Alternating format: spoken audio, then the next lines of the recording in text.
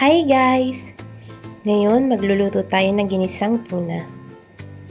First of all, kailangan natin ng mga ingredients. Meron tayong sibuyas, 2 itlog, asin, paminta, at syempre yung tuna. Ginamit ko na rin yung oil na galing sa tuna. Dito, pinaghalo ko lang yung tuna at saka yung itlog. Nagpainit na din ako ng kawali at inilagay ko na din yung oil na galing sa tuna. Tapos, isinunod ko na din yung sibuyas. Gigisahin lang natin itong mabuti hanggang mag-translucent yung kulay.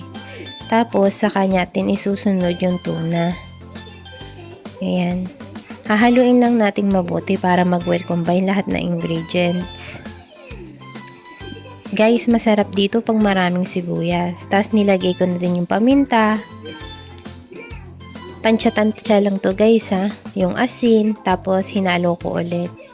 Kailangan mag-evaporate lahat ng liquid. Kasi gusto ko sa tuna, yung dry na dry siya. Yung alam mong parang pangsisig, pero walang mayonnaise.